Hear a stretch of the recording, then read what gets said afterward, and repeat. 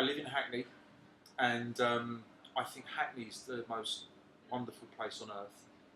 And if you think about how many people actually live in Hackney, there isn't that much crime, you know. And Hackney's amazing because it's managed to sort of gentrify itself.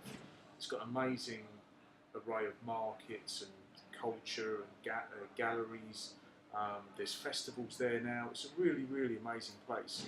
Everybody's really friendly there. You've got all these different cultures all in one place, and they all get on. You know, the Turkish get on with the English and the Chinese. You've got the Jamaican guys there. You get on with everyone in Dalston. The market's really amazing. It's just really, really great there, and I just love living there. The problem is that we have this newspaper there called the Hackney Gazette. Now, the Hackney Gazette is the most base newspaper, and interestingly, it uses very similar tactics to those employed by the Murdoch Corporation in a way. I wouldn't be surprised if it's actually owned by the Murdoch Corporation. It's this whole idea of fear-mongering to make people consume, okay? And it's changed its identity now, but when I was making the work, when you used to go around the news agents in Hackney, in the newspaper grills, you'd have this yellow sheet of paper, and it would have the most ridiculous headline in it, like pedo pervert dies in prison. And there was something like black Nazi kills children, or something. I mean, just the most grotesque,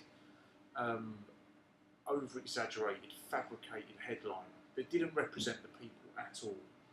It was completely irresponsible, and it made Hackney feel like the most unsafe place on earth.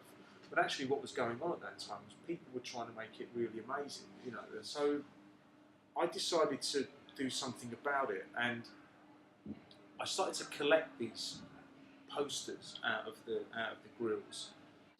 What I then did is I started to dissect the words, and I took all of the really negative, derogatory and violent words from the headlines, and I took the first letter from each one. So, you know, A, I'd have arson, B, I'd have bloodbath, C, I'd have cutting, D, I'd have death. So then what I did is I made this alphabet out of the letters, and I replicated the posters that were in the grills, but instead of having bad news in there, I'd have good news in there.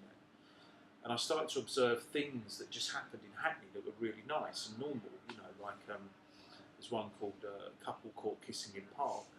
You know, people do that, you know, people kiss in the park. And instead of the Hackney Gazette claiming that people are being killed and knifed and butchered in the park or whatever, I just thought, well, actually, predominantly people kiss in the park or have barbecues now and stuff.